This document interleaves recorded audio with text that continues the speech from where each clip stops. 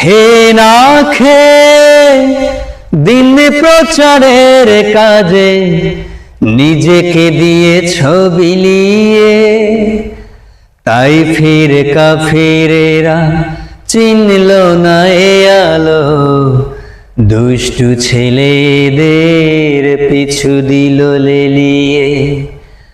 খেয়ে না খেয়ে দিন প্রচারের কাজে নিজেকে দিয়েছ বিলিয়ে, তাই ফির কাফিরেরা চিনল না এ আলো, দুষ্টু ছেলেদের পিছু দিল লেলিয়ে।